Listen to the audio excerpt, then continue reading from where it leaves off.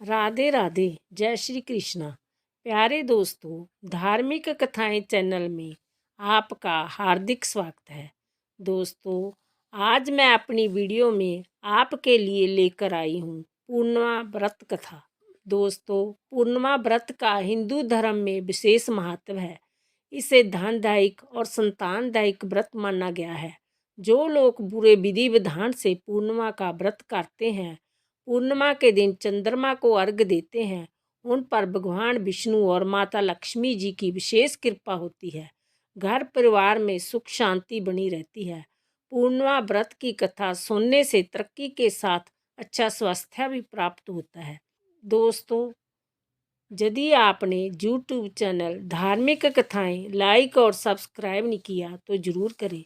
Bell icon दबाना ना भूलें ताकि जो आने वाली सभी वीडियोज की जानकारी आपको सबसे पहले हो सके। वीडियो को पूरी सुनने के बाद कमेंट बॉक्स में जय विष्णु भगवान की लिखना ना भूलें। पूर्णिमा व्रत कथा। द्वापर युग में एक समय की बात है कि यशोदा जी ने कृष्ण से कहा, हे कृष्णा, तुम सारे संसार के उत्पन्न करता, पोषण तथा उसके संहार करता हूँ। आज कोई ऐसा व्रत मुझसे कहो जिसके करने से मृत्यु लोक में स्त्रियों को विधवा होने का भय न रहे तथा जय व्रत सभी मनुष्यों की मनोकामना पूर्ण करने वाला हो। श्री कृष्ण कहने लगे, हे माता, तुमने अति सुंदर प्रश्न किया है। मैं तुमसे ऐसे ही व्रत को विस्तार पूर्वक कहता हूँ। सौभाग्य की प्राप्ति के लिए स्त्रियों को 10 अर्थात 32 पूर्णिमाओं का व्रत करना चाहिए। इस व्रत को करने से स्त्रियों को सौभाग्य संपत्ति मिलती है। जय व्रत अचल सौभाग्य को देने वाला और भगवान शंकर के प्रति मनुष्य मात्र की भक्ति को बढ़ाने वाला है। यशोदा जी कहने लगी, हे कृष्ण, सब प्रथम इस व्रत को मृत्यु लोक में किसने किया था? इसके विस्तार पूर्वक मुझसे कहो। श्री कृष्ण जी कहने लगे कि इस भूमंडल पर एक अत्यंत प्रसिद्ध राजा चंद्रहास से पालित अनेक प्रकार के रत्नों से परिपूर्ण कातका नाम की एक नगरी थी। वहाँ धनेश्वर नाम का एक ब्राह्मण था और इसकी स्त्री और अति सुशीला रूपवती थी। दोनों ही उस नगरी में बड़े प्रेम के साथ रहते थे। घर में धन धान्य आदि की कोई कमी नहीं थी। उनको एक बड़ा दुख था कि उनके कोई संतान नहीं थी, जिस वजह से वह बहुत दुखी रहते थे। एक दिन एक बड़ा तपस्वी जोगी उस नगरी में आया। वह जोगी बाकी सभी घरों से भिक्षा मांगकर भोजन किया करता था, लेकिन उस ब्राह्मण के घर से भिक्षा नहीं मांगा करता था। एक दिन जोगी गंगा किनारे भिक्षा मांगकर प्रेम पूर्वक खा रहा था कि धनेश्वर ने जोगी को जय सब करते देख लिया। अपनी भिक्षा नादर से दुखी होकर धनेश्वर जोगी से बोले, और सभी घरों से भिक्षा लेते हो परंतु मेरे घर की भिक्षा कभी भी नहीं लेते, इसका कारण क्या है? जोगी कहने लगा कि आपके धर्म हमें इस बात की आज्ञा नहीं देता, क्योंकि अभी आप गृहस्थ जीवन में एक सुख से वंचित हूँ। आपके घर संतान होने पर मैं आपके घर से भी भिक्षा स्वीकार कर लूँगा। उन्होंने कहा कि जिसे संतान नहीं है उसके घर से भिक्षा लेने से मेरे भी पतित हो जाने का भय है। दिनेश्वर जैसा बात सुनकर बहुत दुखी हुआ और हाथ जोड़कर जोगी के पैरों पर गिर पड़ा तथा दुखी मन से कहने लगा कि आप मुझे संतान प्राप्ति के उपाय बताइए। आप सर्वज्ञ हैं, मुझ पर अवश्य ही जय कृपा कीजिए। धन की मेरे घर में कोई कमी नहीं है, लेकिन मैं संतान न होने के कारण अत्यंत दुखी हूँ। आप मेरे इस दुख का हरण कीजिए। जय सुनकर जोगी कहने लगे, तुम चंडी की आराधना करो। घर पहुंचकर उन्होंने जय सारी बात अपनी पत्नी को बताई और खुद वन में चला गया। वन में पहुंचकर उसने चंडी की आराधना की और उपवास भी किया। चंडी ने 16 दिनों उसको सपने में दर्शन दिए और कहा कि हे धनेश्वर, जा तेरे पुत्र होगा, लेकिन उसकी आयु सिर्फ 16 वर्ष होगी। 16 वर्ष की आयु में ही उसकी मृत्यु हो जाएगी। अगर तुम दोनों स्त्री और पुरुष 32 पूर्णिमाओं को व्रत करोगे तो जय दीर्घ आयु हो जाएगा। जितनी तुम्हारी समर्था हो उतने आचे के दिए जलाकर शिवजी का पूजन करना। लेकिन पूर्णमासी बत्ती ही होनी चाहिए। सुबह होते ही तुम्हें इस स्थान के पास एक आम का पेड़ दिखाई देगा। उस पर चढ़कर एक फल तोड़कर अपने घर लेकर चले जाना। अपनी स्त्री को इस बारे में बताना। सुबह स्नान होने के बाद वह स्वस्या होकर शंकर जी का ध्यान करके उस फल को खा ले। तब शंकर भगवान की कृपा से उसको गर्भ हो जाएगा। जब ब्राह्मण सुबह उठा तो उसे उस स्थान पर आम का पेड़ दिखाई दिया और वह उससे फल तोड़ने के लिए ऊपर चढ़ा, लेकिन वह पेड़ पर चढ़ नहीं पा रहा था। यह देखकर उसे बड़ी चिंता हुई। उसने भगवान गणेश की उपासना की और कहा, हे दयानिधे, अपने भक्तों के विघ्नों का नाश करके उनके मंगल कार्य को करने वाले, दुष्टों का नाश करने वाले, रिद्धि सिद्धि देने वाले, आप मुझे इतना बल दे कि मैं अपनी मनोकामना पूरी कर सकूं। इसके बाद वह पेड़ से फल तोड़कर अपनी पत्नी के पास पहुंचा। उसकी पत्नी ने अपने पति के कहे अनुसार इस फल को खा लिया और वह गर्भवती हो गई। देवी की कृपा से उसे बहुत सुंदर पुत्र पैदा हुआ। उसका नाम उन्होंने देवीदास रखा। माता पिता के हर्ष और शौक के साथ वह बाल बढ़ने लगा। भगवान की कृपा से बालक बहुत ही सुंदर था, सुशील और पढ़ाई लिखाई में भी बहुत ही निपुण था।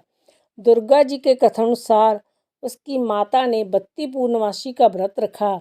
जैसे ही 16वां वर्ष लगा, दोनों पति पत्नी बहुत दुखी हुए, कहीं उनके पुत्र की मृत्यु ना हो जाए। उन्होंने सोचा कि अगर उनके सामने जय सब हुआ तो वह कैसा देख पाएंगे।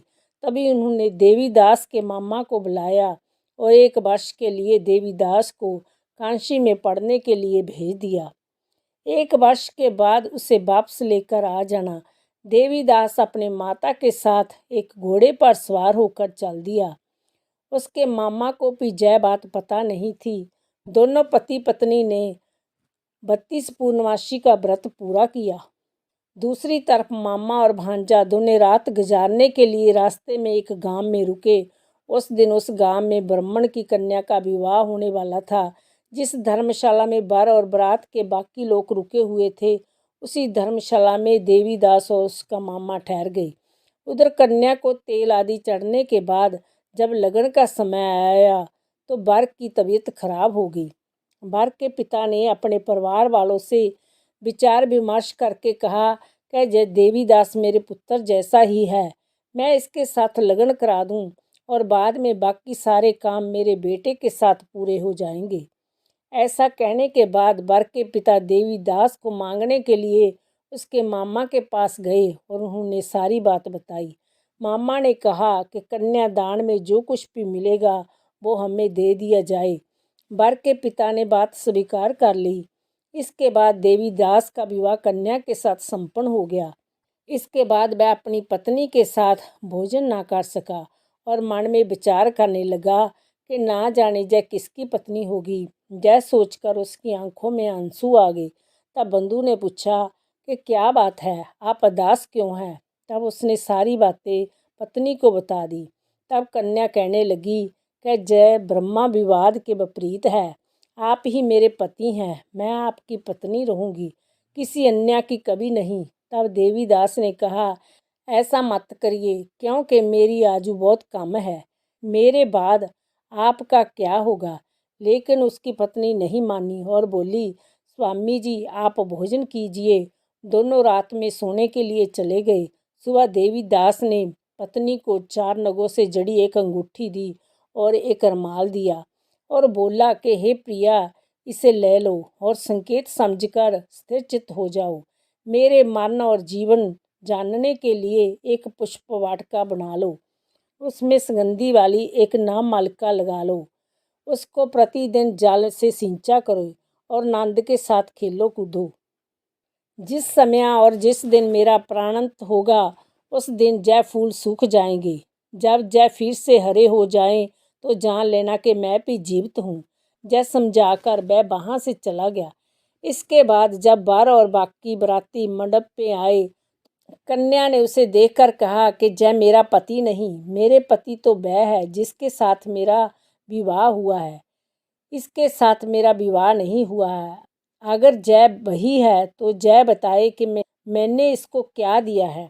साथ ही कन्यादान के समय को आभूषण मिले उन्हें दिखाए।